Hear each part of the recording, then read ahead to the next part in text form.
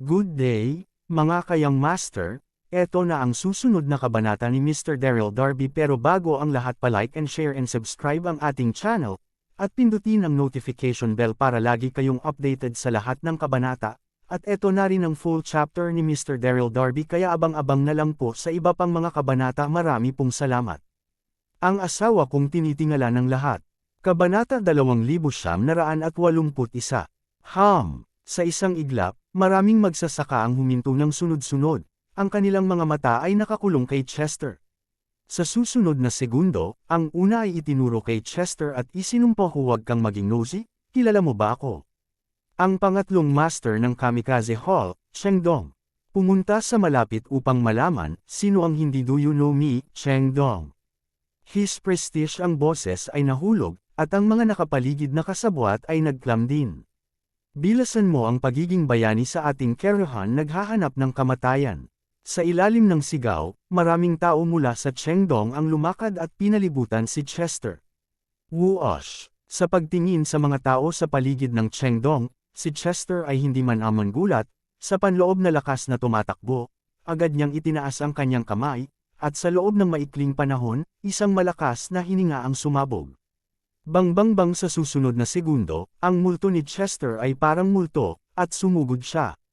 Bago magreaksyon si Chengdong, laking gulat nila ng isang malakas na puwersa, isa-isang nagsabog ng dugo, nahihiya. Lumabas ka, malamig na nagluwa si Chester ng isang salita nang hindi nagsasalita ng kalokohan. Ikaw naglakas loob kang makialam sa aming negosyo mayroong isang uri ng bagay na hinihintay mo, huwag kang pumunta. Nagpumiglas si Chengdong na tumayo, sinigawan si Chester, pagkatapos ay binati ang ilang mga kasama, at tumakas. Sa isang iglap lang ng mata, nawala ito sa gabi. Si Chester ay walang pakialam sa banta ni Chengdong. Kahit na ang mga karaniwang tao ay nananakot, ay dapat na isang maliit na sekta. Hindi isang pag-aalala. Sa sumunod na segundo, dahan-dahang lumakad si Chester at tinanong ang matanda-matanda, okay ka lang? Nagpasalamat ang matanda, salamat. Pinukaw mo ang mga tao ng Shenfengtang. Hindi nila hahayaan. Kung nadaanan ka na, dali na. Nang sinabi niya ito, ang matandang lalaki ay mukhang taos puso, ngunit ang kanyang mga mata ay kumislap ng isang pahiwatig ng tuso. Oo, ang matandang ito ay nagpapanggap na yanggang, at ang mga magsasaka ngayon ay hindi talaga mula sa Shenfengtang.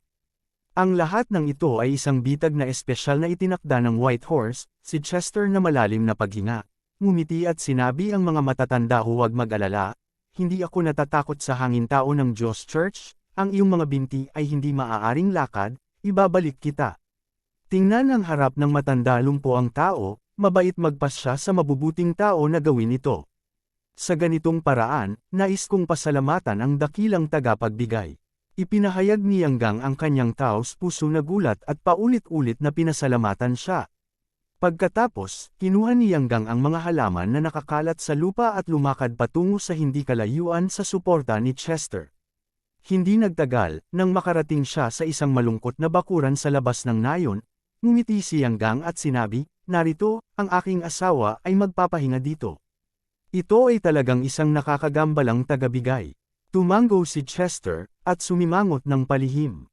Nakita ko na sa bakuran na ito, ang mga damo ay labis na tinubuan, at ang mga dingding ay nakalawit at nawasak. Paano ito magiging isang lugar para manirahan ang mga tao? Ngunit Chester ay hindi nag-isip tungkol dito. Pagkatapos ng lahat, ang matandang nasa harap niya ay mukhang mahirap na tao.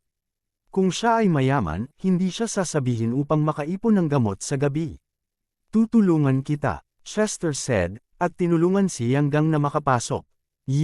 Pagdating niya sa silid, napagtanto ni Chester na may mali. Ang silid sa harap niya ay natabunan ng alikabok, at ang mga sulok ay natakpan ng mga cobwebs. Malinaw na iniwan ito ng maraming taon. Bukod dito, walang laman, walang asawang si Yanggang ang nagsabi sa pagdududa. Chester walang malay na sinabi niya. Matandang tao, ikaw. Sa sandaling sinabi niya ang ilang mga salita, nadama ni Chester ang isang panganib na nagmumula sa likuran.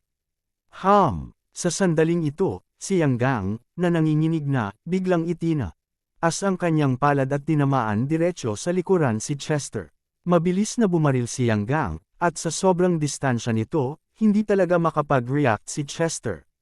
Boom! Sa susunod na segundo, mayroong isang mapurol na panginginig, at si Chester ay humilik, ang kanyang figure ay sumuray pabalik, nabak ng 12 ng mga hakbang, at sa wakas ay tumama, sa isang tumpok ng mga labi sa bakuran, mapotla ang kanyang mukha. Ikaw sino ka? Si Chester ay nakakandado sa yanggang ng mahigpit, galit na galit. Hindi niya inaasahan na ang taong ito ay gaganti. Kabanata 2982. Chester. Pakiramdam ng galit ni Chester, ipinakita ni Yanggang ang isang mapanlinlang na ngiti. May utos ang Panginoon, kailangan kong pilitin ito. Ang boses ay nahulog, itinataas ng Yanggang ang kanyang kamay upang haborin ang maskara sa kanyang mukha, na inilalantad ang kanyang totoong mga kulay. Yanggang nakikita ang kanyang mukha, si Chester ay napangit na puso ay nagulat, at sa parehong oras ang kanyang galit ay tumataas. Ikaw ay napakamatapang, hindi inaasahang inatake mo ako. Ang Yanggang na ito ay orihinal na isang maliit na pinuno sa ilalim ng mahabang buhay Hall. Chester ay hindi nagawang gamitin muli si Chester dahil sa kanyang hindi wastong kaisipan. Nararamdaman ang galit ni Chester, malinaw na nabalisa si Yanggang, ngunit nagtamo pa rin siya ng lakas ng loob na sabihin. Chester, hindi na ikaw ang master ng eternal life, huwag kang magpalabas sa harap ko. Naririnig ito, sumimangot si Chester. Malamig na sinabi mong may utos ang Hallmaster, sino ang bagong Hallmaster? Hula pagkabagsak ng boses, narinig ko ang mga yabag na nagmumula sa labas ng patio, at pagkatapos ay 12 ng mga numero ang lumakad mabilis na pagpasok. Ang pagpasok, ang ulo, nakasuot ng puting gown, ay hindi mailalarawan ang sigla. Ito ang puting kabayo. Ikaw ba? Pagkakita ng puting kabayo, ang mga mata ni Chester ay agad na pula, at hindi niya maitago ang kanyang panloob na galit. Puting kabayo. Bastard ka, naglakas loob kang magpadala ng isang tao na umatake sa akin. Sa simula ng organisasyong What Iyan, ang puting kabayo ay nagtaksil kay Chester. Isang lihim na atake ng sorpresa, ay naging sanhi ng pagkahulog ni Chester sa kailaliman, at pagkatapos ay naligaw sa paraan ng paggabay, sa kaluluwa, at pinilit na tawaging messenger ng Pluto, tinawag isang pangan sa ilalim ng Pluto. Pagkatapos nito, pinik ni Chester ang utos ni Pluto na pakawalan ang mga pangunahing sekta, lumanas ng iba't ibang pagpapahirap, at sa wakas ay ipinadala sa purgatorio. Masasabing ang lahat ng kanyang kasalukuyang sitwasyon ay sanhi ng puting kabayo. Hoy, nahaharap sa Chester na galit ni Baima ay hindi biglang pagkatakot sa lahat, at sinabi na may isang ngiti. Chester, ikaw ay talagang patay, hindi ay namatay kapag ikaw kumatok ka pababa sa bangin. Alam mo, para sa iyo ang sanhi ng kamatayan, pinagsikapan kong itulak ang lahat kay Zhang Ju. Inisip ng buong palasyo, ng Changsheng na pinatay ka ni Zhang Ju, kaya't sinubukan kong patayin si Zhang Ju upang suportahan nila ako bilang Panginoon. Sino ang nakakaalam na nakaligtas ka sa isang sakuna? Sabihin mo sa akin, ano ang dapat kong gawin? Matapos ang huling pangungusap, ang mukha ni Baima ay puno ng kahihiyan. Ano, pinatay niya si Zhang Ju? Narinig ito, nagulat si Chester, at kasabay nito ay galit na galit siya. Sumigaw siya ng galit. White Horse, nagawa mo ang mga sumusunod na krimen upang sakupin ang posisyon ng Panginoon, at hindi takot sa kulog at welga. Si Chester sa oras na ito, nanginginig sa galit, alam ko ito noong unang panahon, nang una akong naging Panginoon ng palasyo, dapat kong alisin ang puting kabayo na ito. Mapangahas sa sandaling bumagsak ang boses, si Yanggang ay lumabas at sinaway si Chester na galit. Maglakas loob na makipag-usap sa master ng hall na tulad nito at maghanap ng kamatayan. Nang sinabi niya ito, ang Yanggang ay sobrang mayabang, kaunti fox at isang tigre.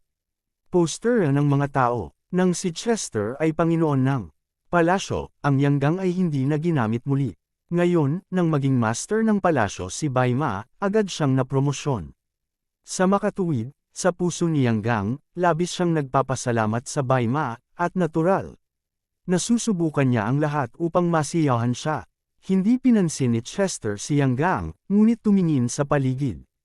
Nakita ko na ang lahat ng mga taong ito sa paligid ay mga crony ni Baima, ngunit si Chester ay hindi gulat sa lahat. Sa oras na ito, si Baima ay tinatamad na magsalita ng kalokohan, at ninisyan si Chester. Chester, hayaan mong makatakas ka sa huling oras, sa pagkakataong ito ay hindi ka maswerte. Si Chester ay hindi namatay, at ang kanyang posisyon tulad ng Panginoon ng palasyo ay hindi matatag. Nang bumagsak ang boses, kumislap ang figure ng puting kabayo, hinihimok ng panloob na puwersa, at diretsyong sumugod patungo kay Chester. Gusto mo akong patayin, natatakot ako na wala akong kakayahang ito. Biro ni Chester, at biglang itinaas ang kanyang mga kamay. Kabanata 2983. Sa isang iglap, ang paligid ng hangin ay mabilis na nagbaluktot, at pagkatapos, isang marahas na puwersa ang nagpalabas ng isang anino ng espada, at sumabog patungo sa nagmamadaling puting kabayo. Nang makita si Jianying na sumisigaw, malamig na humirit si Baima, hindi ko mapigilan. Chester, hindi ako ang puting kabayo dati, tingnan ang malinaw. Nang bumagsak ang boses, narinig ko ang isang pagklik, at isang higanting palakol ay hinigpitan sa pamamagitan ng puting kabayo. Sa kamay, ang higanting palakol ay nagniningning na may gininto ang ilaw, tulad ng isang nakapapaso na araw sa gabi. Ito ay ang Skybreaking Axe. Ano nang makita ang bukas na palakol, si Chester ay nagulat. Ang walang kapantay na sandatang mahika na ito ay talagang nasa kanyang mga kamay. Sa sandaling ito ay natigilan ako, nakita ko ang puting kabayo na biglang itinaas ang kanyang kamay na may alon, at isang gininto ang ilaw ang sumabog mula sa palakol na pinunit ang mundo. Boom! Nakipagbanggaan, at isang marahas na aura ang sumabog.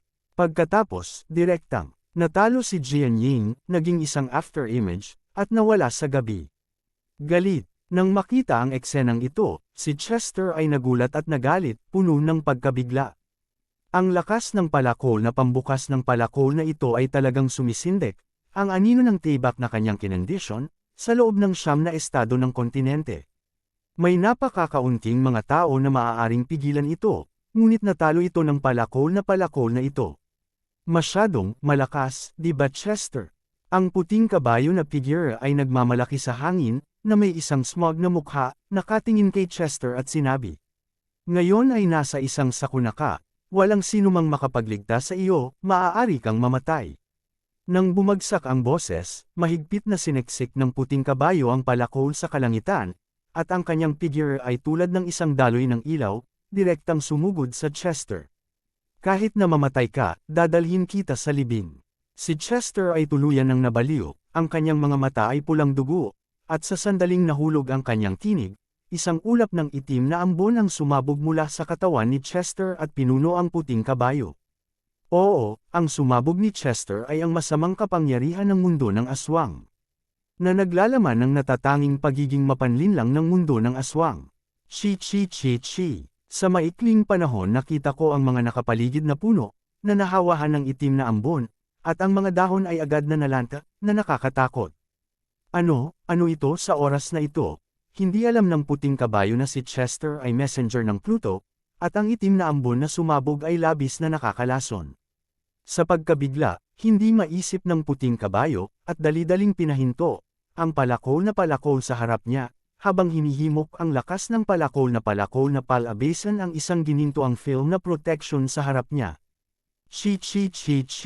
Ang itim na ambon ay lumapit at tumama sa protection na pelikula, na gumagawa ng isang tunog ng kaagnasan, ngunit sa halip na matuno ang protection na pelikula, na block ito. Pinag-uusapan, ang mga ordinaryong sandata ay maaaring mapuksa ng itim na ambon na ito noon pa man, ngunit ang Skybreaking Axe ay isang walang kapantay na sandata ng mahika, at ang lason sa itim na ambon ay walang epekto. Ito paano ito mangyayari? Nang makita ang eksenang ito, ang puso ni Chester ay nagulat, at ang buong tao ay natigilan. Kahit na ang pagiging mapanira sa mundo ng aswang ay nablock ng Sky Axe, paano ito mapapalo hahaha? Pagkakita ng pagkabigla ni Chester, tumawa si Baima sa langit at mayabang na sinabi, Chester, kaya mo ba ito? Sa pamamagitan nito, sumugod muli ang buong tao. Si Chester ay nagulat at nagalit, kaya mabilis niyang iginuhit ang kanyang tibak at direktang binati siya. Dang! Sa sumunod na segundo, ang mahabang tibak at ang palakol na nagbubukas ng kalangitan ay bumangga ng isang malakas na ingay, at si Chester ay direktang nabigla. Nang higit sa 100 metro, at isang masikip na dugo ang tumalsik. Kasabay nito, ang mahabang tibak sa kanyang kamay ay agad ding nabasag. Kabanata 2984.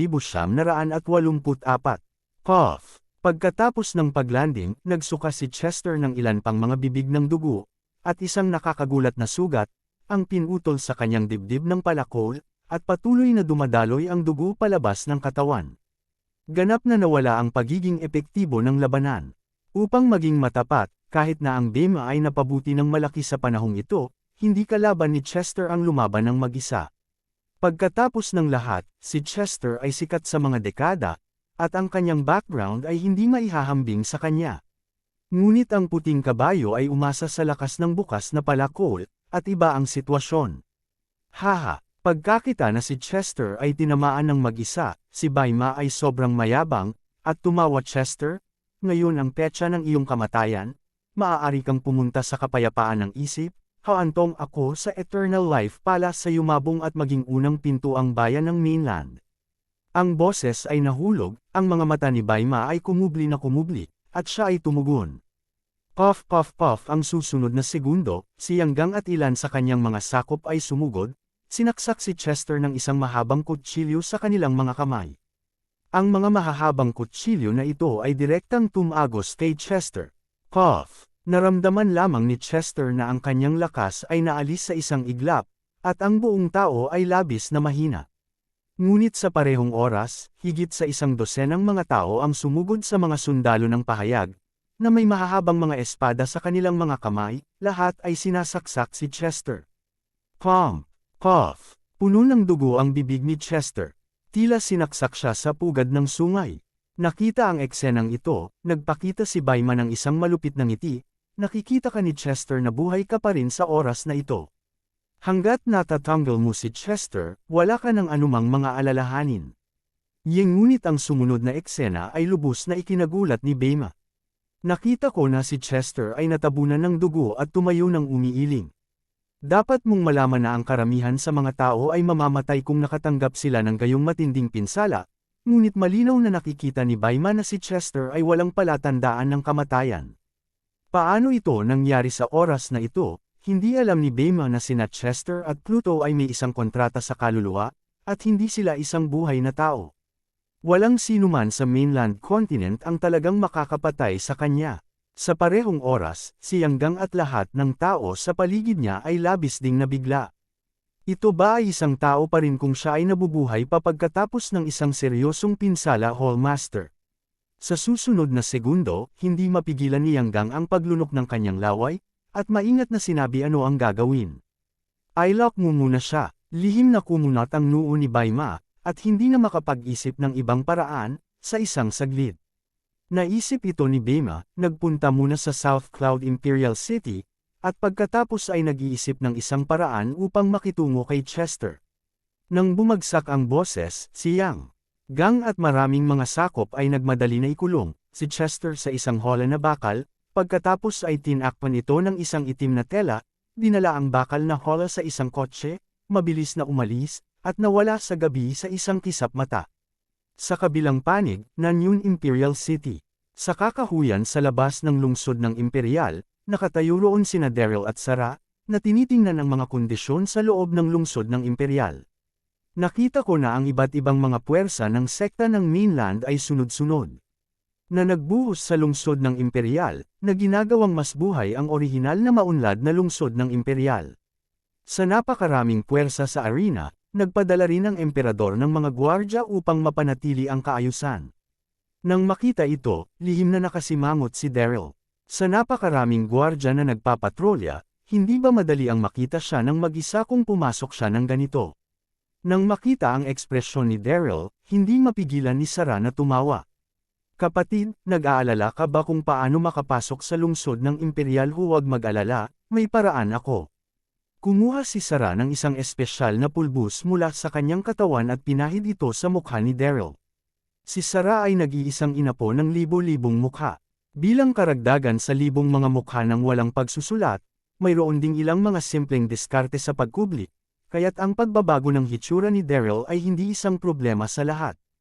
Upang maging matapat, talagang gusto ni Sarah na turuan ang libu-libong mukha na walang aspekto ni Daryl, ngunit sinabi ni Master Fang Mao na, ang isang tao na may 1,000 mukha ay maaari lamang magkaroon ng isang tagapagmana. Sa oras na ito, ang mga panuntunang iniwan ng patriarch. Sige. Pagkalipas ng ilang segundo, pumalakpak si Sarah sa kanyang mga kamay at nakangiting sinabi, kapatid, maaari kang tumingin sa salamin. Matapos bumagsak ang boses, inabot niya ang salamin. Kabanata 2985. Pakawalan mo ako. Bilang isang resulta, si Daryl ay tumingin sa salamin at natigilan, ang kanyang hitsura ay ganap na nagbago, at walang palatandaan na magkaila. Ang disguise ng taong ito na may 1,000 mukha ay masyadong banayad. Ito ay halos maihahambing kay Rong-san. Sa oras na ito, si Sarah ay gumawa din ng isang simpleng pagkubli para sa kanyang sarili, at sa isang kisap mata, siya ay nagbago mula sa isang kaakit-akit na Diyosa hanggang sa isang ordinaryong babae. Ang pagkakita kay Sarah ay nagbago rin ng kanyang hitsura, lihim na hinahangaang muli si Daryl. Matapos maghanda, sinundan nina Daryl at Sarah ang mga naglalakad at pumasok sa lungsod ng Imperial. Little Sister, sa Huangcheng Street, tiningnan ni Daryl ang nakapaligid na kapaligiran at sinabing, maghiwalay tayo, pumunta ka upang malaman ang tungkol sa iba't ibang mga pintuan, at susuriin ko ang palasyo. Iminungkahi ng emperador na 100 na araw na santo. Ang pagtatayo ng Xuanchen Great Array ay walang gaanong bagay, at ang mga sekta ng iba't ibang mga kontinente ay halo-halong mga dragon at ahas, at walang nakakaalam kung lihim silang humingi ng kanlungan sa Pluto, kaya't kailangan mong suriin lumabas ito Tumango si Sarah, at nagpunta upang siyasatin ang sitwasyon. Pinapanood ang paglalakad ni Sarah palayo, huminga ng malalim si Daryl at mabilis na lumapit sa palasyo. Takip-silim na sa oras na ito, kaya pagdating niya malapit sa palasyo ng imperyo, hindi nagmadali si Daryl, ngunit dahan daw ang hinintay ang pagdating ng gabi. Pinag-isipan ito ni Daryl, at nang dumilim, nagpunta siya upang siyasatin ang sitwasyon ni Haring Kenny. Kung sa bagay, masyadong hinala si Hari. Kaagad na naglabas ng utos ng mainland ang Queen, dinala niya ang delegasyon sa Southern Cloud Continent, na parang alam na niya ito dati. Sa sandaling ito, sa loob ng palasyo ng imperyo, Tian'an Palace. Ang Tian'an Palace ay isang lugar sa loob ng South Cloud Imperial Palace na dalubhasa sa pagtanggap sa labas ng mga dibisyon. Si Haring Kenny, bilang Emperor ng Langit, ay nakaayos dito. Sa oras na ito, sa palasyo, si Hari ay nakaupo doon na may isang malungkot na ekspresyon. Sa harap niya, nakatayo sa isang madilim na anino, puno ng mapurol na hangin, na may isang tuso at mapanirang mukha. Ito ay si Gang Hao, ang messenger ng Hades. Haring Kenny sa puntong ito, dahan-daang binubuksan ni Gang Hao. Nagawa ni Pluto, sa oras na ito sa timog na kontinente ng kontinente, hindi lamang upang wasakin si Tian ng malaking kaguluhan, kundi pati na rin ang Southern Cloud Queen, ay naging isa sa atin, sinabi ni Gang Hao na kumuha ng isang immortalidad, nagpatuloy. Sa oras na ito Xuan Mingdan, makakahanap ka ng isang paraan, upang kumuha hanggat kinukuha ng Queen of Southern Cloud si Xuan Mingdan, makokontrol siya ng kanyang kamahalan Hades. Sinabi ni Gang Hao na iniabot ang tableta kay Hari, nagbigay ng maraming salita, pagkatapos ay tumalikod at umalis. Pagkaalis ni Gang Hao, tiningnan ni Hari ang Xuanming Pil sa kanyang kamay. At nahulog sa malalim na pag-iisip. Sa kalagitnaan ng gabi, ang buong palasyo ay nabalot ng kadiliman.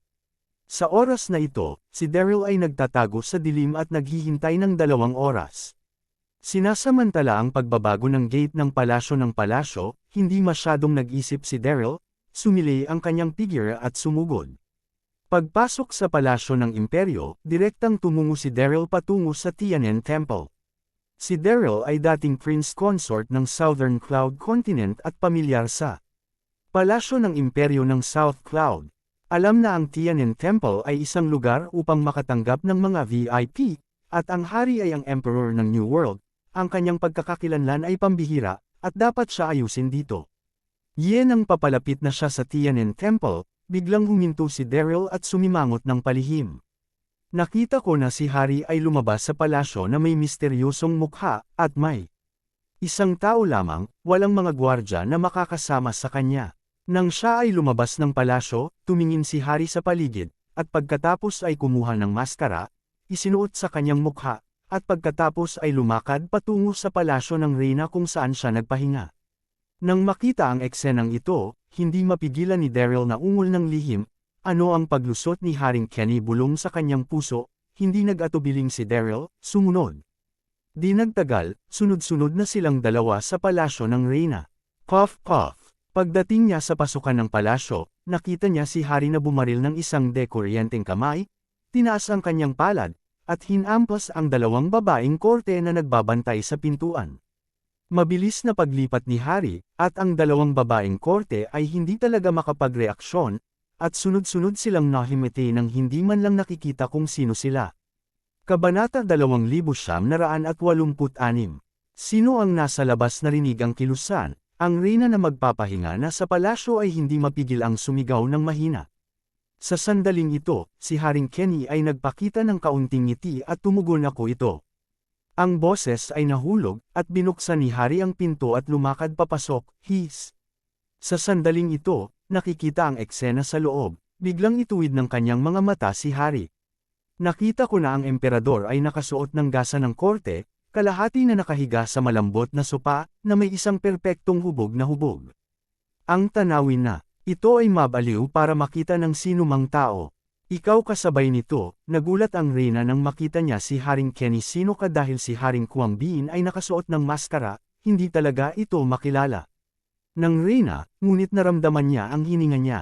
Mayroon pa ring hindi maipaliwanag na gulat. Kamahalan, huwag kang magpanik. Si Haring Kenny ay ngumiti at sinabi, narito ako upang makipagtulungan sa iyo. Tulad ng sinabi niya, si Hari ay tumungala at pababa sa reyna.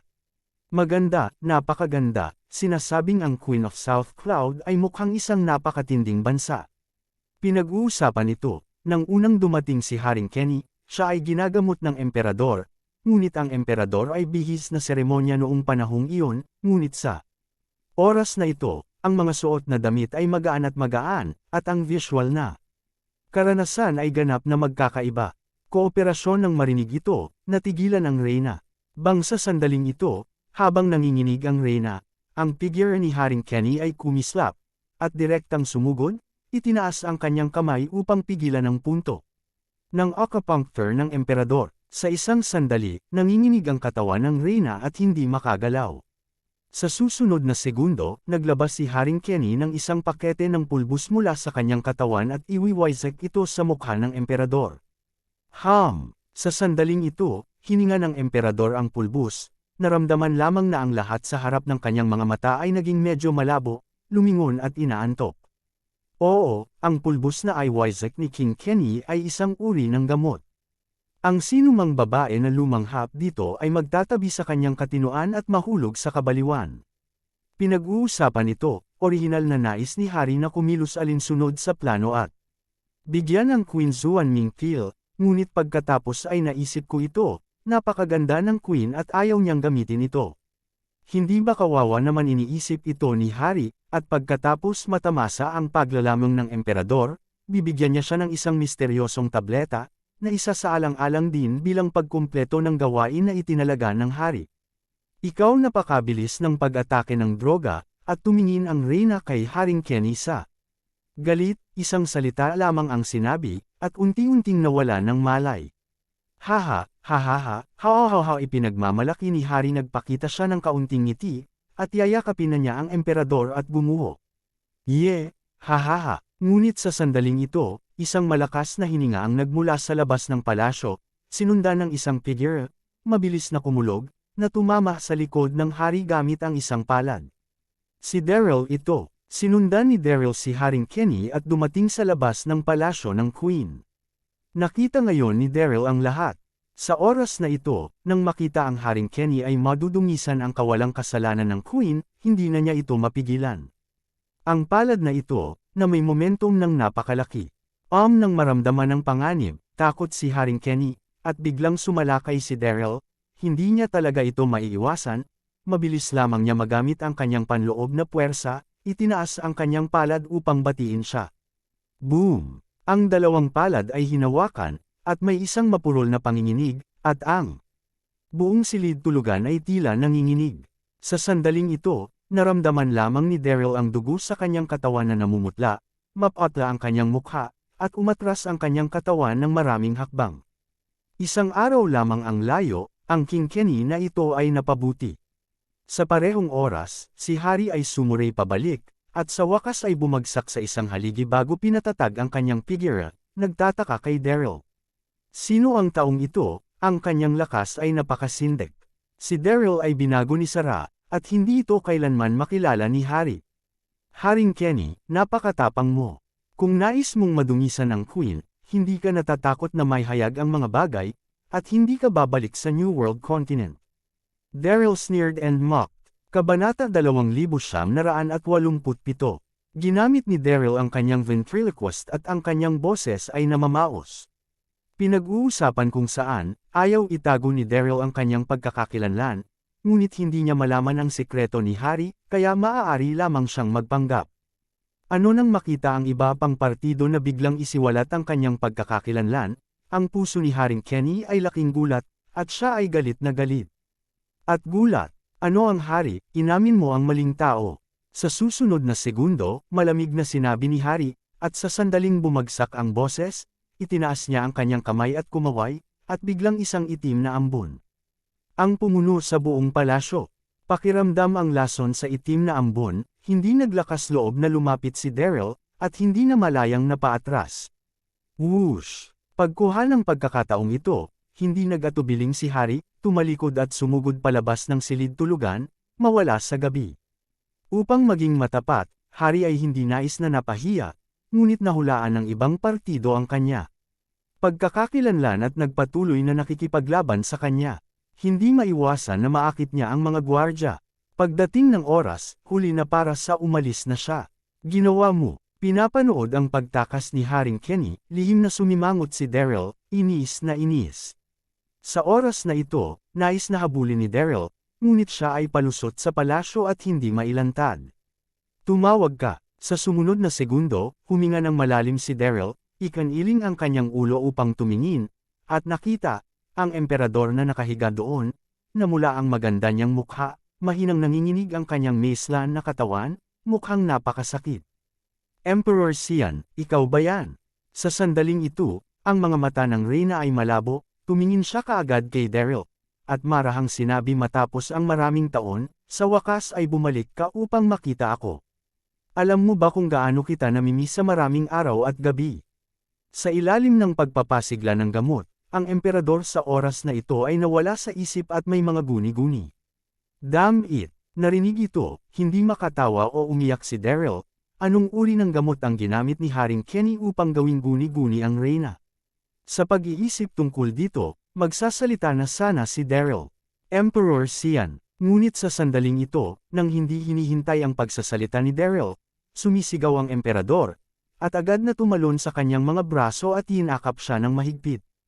Emperor Xian, miss na kita, manatili ka sa akin, okay his. Sa sandaling ito, nang maramdaman ang sumasamang temperatura ng maeslan na katawan ng emperador, hindi mapigilan ni Daryl na huminga, at ang buong tao ay nabulag din.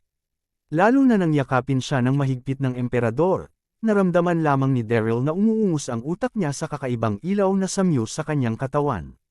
Kamahalan. Pagkatapos ng higit sa 10 segundo, nagreaksyon si Daryl at hindi mapigil ang marahang sinabi kamahalan, dapat kang maging mas alerto. Gayunpaman, tila hindi ito narinig ng Queen, ngunit kumapit siya sa mahigpit. Siya at yamakap palalo ng mahigpit. Ang Emperor sa oras na ito, sa ilalim ng simula ng mga epekto ng gamot, ang kanyang buong tao ay tuluyan nang nawala sa isip niya. Queen, you. Medyo balisa si Daryl at malapit na siyang makalaya, ngunit itinaas ng emperador ang kanyang kamay at tinapik si Daryl ng 2 beses upang may seal ang kanyang mga point sa acupuncture. Bagaman ang lakas ng emperador ay hindi kasing ganda ng Quincy, mas mataas ito kaysa sa mga nagtatanim sa mga ilog at lawa, at si Daryl ay hindi handa, at sa sandaling iyon, hindi makagalaw si Daryl. Damn it! Sa sandaling ito, biglang nagpanik si Daryl. Gayunpaman, bago siya makapagreaksyon, nakita niya ang emperador na dahan-dahang papalapit kasama ang kaakit-akit nitong pulang labi at hinalikan si Daryl. Sa oras na ito, ang emperador ay hindi sinasadya na ituring si Daryl bilang unang emperor, ganap na wala ng dahilan. Puff! Sa susunod na segundo, nang hindi hinihintay ang reaksyon ni Daryl, binato siya ng emperador, at silang dalawa ay agad na gamulong sa pagbagsak. Kamahalan, huminahon ka. Huminahon ka, nais ni Daryl na umiyak ng walang luha, at kasabay nito ay hinimok ang kanyang lakas sa loob na buksan ng mga puntong acupuncture. Gayunpaman, ang diskarteng tumuturo sa acupoint ng emperador ay ganap na naiiba mula sa mga taga-Jiangho. Kahit na may lakas si Daryl, tatagal ng kahit kalahating oras upang mabuksan ang mga acupoints. Xian Huang. Sa oras na ito, hindi marinig ng emperador ang boses ni Daryl. Nais lamang niyang ibahagi ang kanyang dating damdamin sa Xian Huang sa kanyang puso, mahigpit na. Niyakap si Daryl, at sinimulang hilahin ang damit ni Daryl. Namumula ang mukha ng reyna, at sa wakas ay hinalikan ang bibig ni Daryl. Kabanata 2988 ay hindi rin alam kung gaano katagal, nakatulog ang reyna. Sa oras na ito, madilim na sa labas. Niyakap ni Daryl ang emperador, nais na umiyak ng walang luha. Ola, pagpasok sa palasyo ngayong gabi, ito ay upang siyasatin ang mga lihim ng Haring Kenny, ngunit ang resulta ay ginugol sa buong gab. Di kasama ang reyna. Nanlumo, tahimik na bumangon si Daryl at mabilis na umalis sa palasyo. Kung hindi ka aalis, magkakaproblema ka kapag nagising ang reyna. Hindi nagtagal, bumalik sa lugar kung saan siya humiwalay mula sa Sara kahapon. Nakita niya mula sa isang malayo na naghihintay na doon si Sara.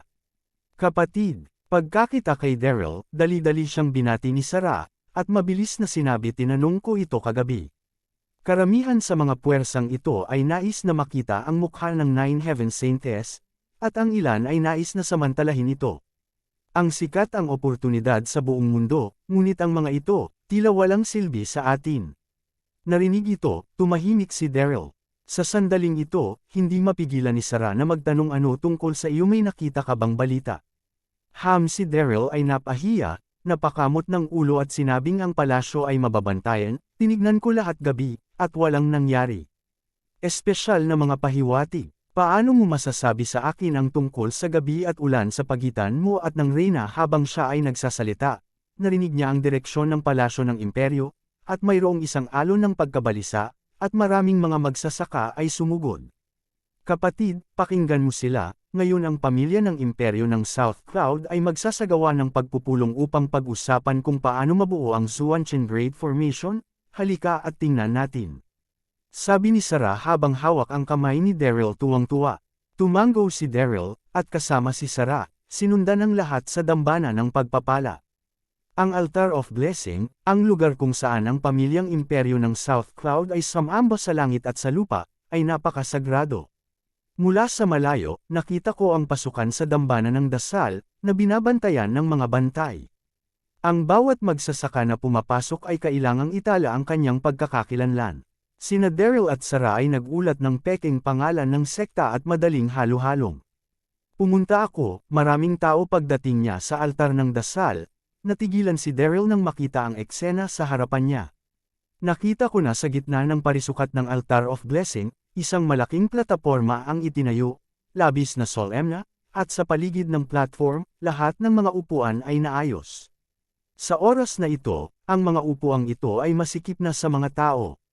Mula sa isang distansya, ang kadiliman ay napakalaki, ito ay kamangha-manghang.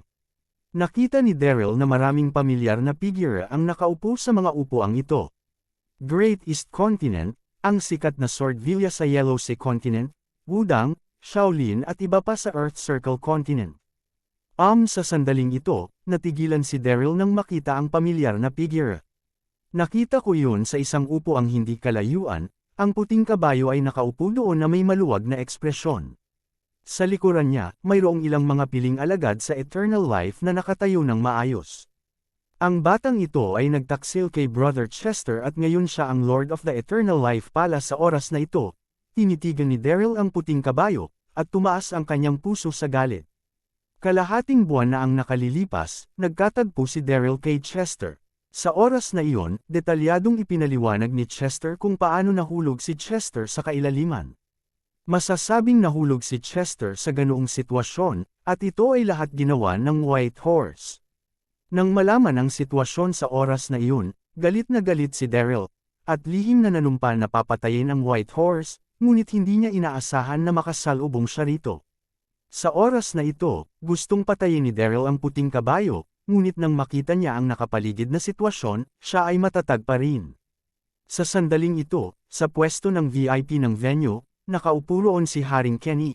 Ang kanyang mga mata ay dahan-dahang pinapalas ang madla, ang kanyang ekspresyon ay malungkot. Na nakakuha ng reyna kagabi, ay nabulabog ng isang misteryosong tao. Hindi lamang hindi nasiyahan ang lambingan ng emperador, ngunit naantala din niya ang gawain ng account ni Pluto. Kabanata 2989. Maraming mga tao sa lugar ng pagpupulong, ang misteryosong taong iyon ay dapat nakabilang sa kanila gayunpaman, ang hari ay naghanap ng mahabang panahon, ngunit hindi niya mahanap ang taong nakilala niya kagabi. Sa oras na ito, hindi alam ni Haring Kenny.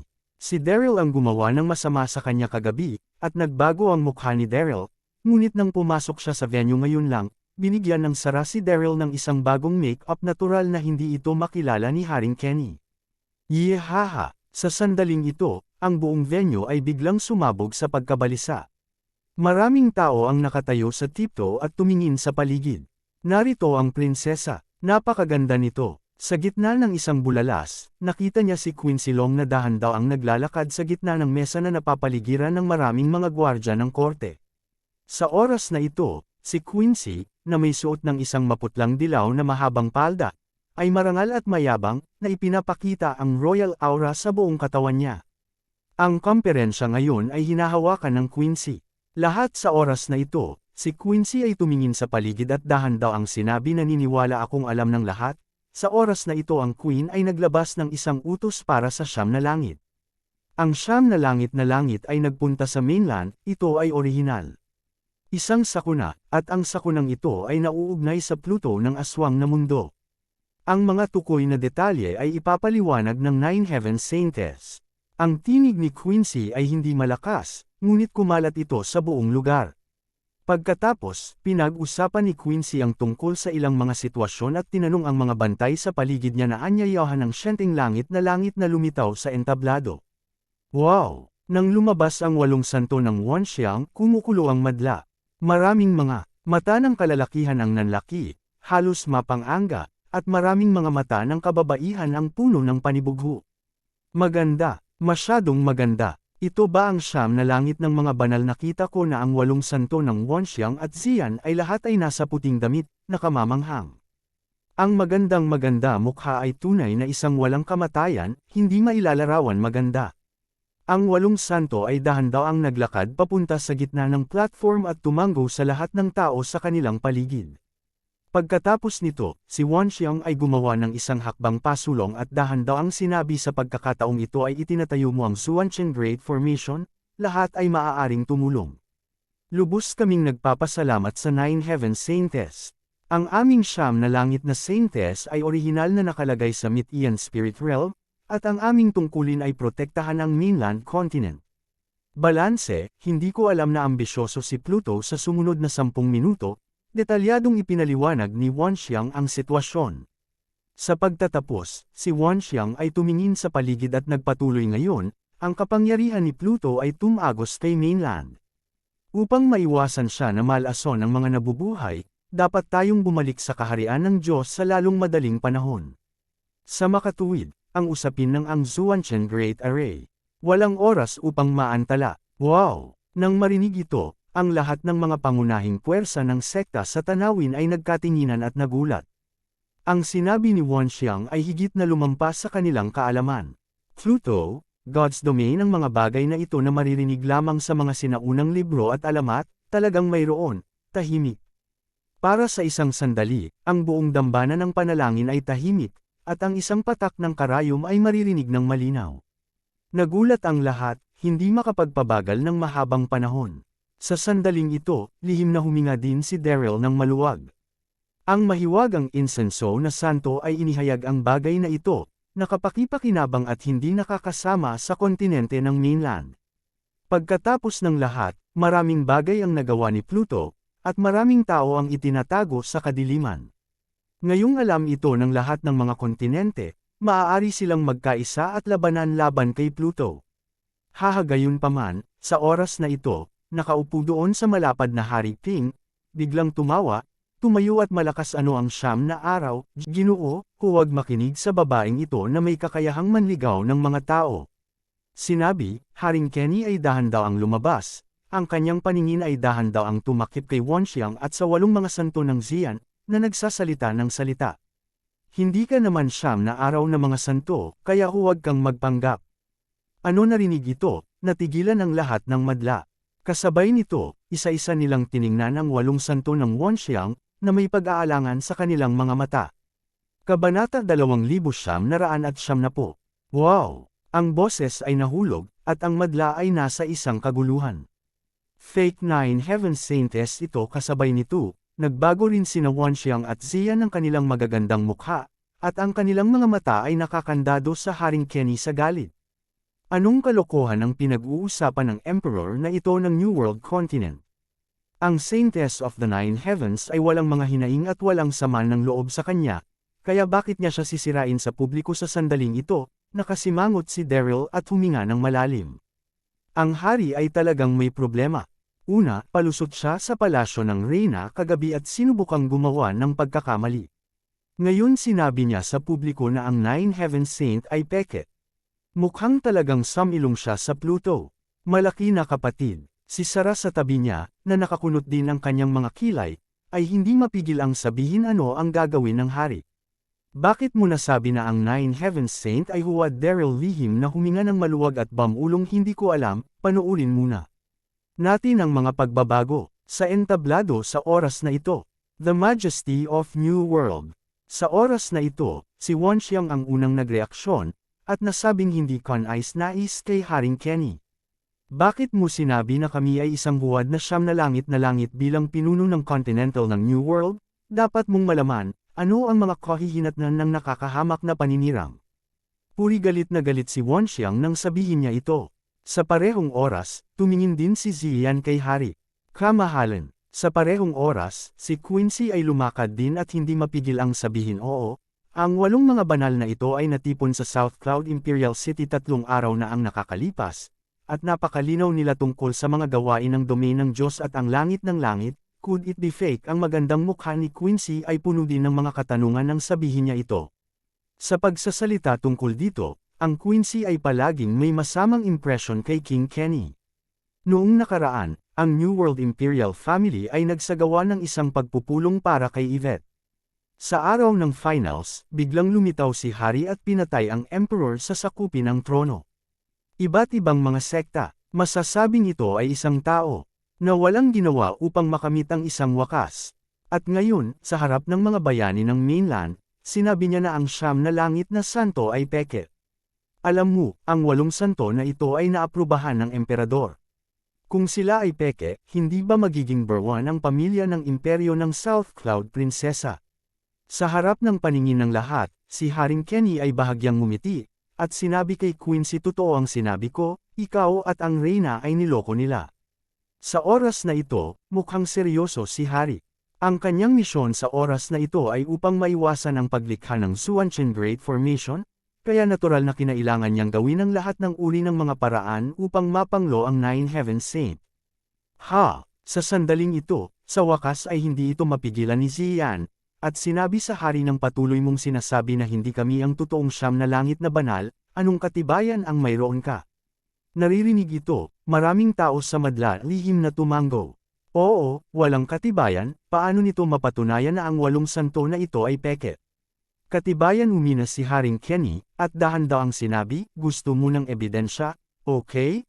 Pagkatapos sasabihin ko sa iyo, kalahating buwan na ang nakalilipas, isang babae na nag-angkin na Saintess ng Orchid ang lumapit sa Imperial Palace at humingi ng tulong, ngunit nakita ko ito. Nang maglaon, nakakulong siya, ngunit nang magtatanong ako, siya ay sinagip ni Daryl. Nang masabi iyon, tumingin si Haring Kenny sa paligid at nagpatuloy sa pagkakaalam ko, ang totoong 9 na araw na santo ay ikinulong nila ni Daryl, at pagkatapos ang 8 babaeng ito ay nagpanggap na 9 na araw na santo upang linlanggan ang South Cloud Imperial na pamilya. Tulad ng tayo na nais nilang bumuo ng isang malaking kaguluhan, ang layunin ay hindi ibalik ang domain ng Diyos, ngunit upang samantalahin ang malaking kaguluhan na ito, upang bitagin ang mga pangunahing sekta ni Mainland. Ito ay isang sabuatan, isang pagsasabuatan upang mangibabaw ang Mainland sa huli. Si Hari ay mukhang nasasabik at naiimpluwensyahan, ngunit ang kanyang mga mata ay kumislap sa tuso. Haha, narinig ito, ang buong venue ay sumabog bigla, lahat ay bumulong at nagsasalita, laking gulat.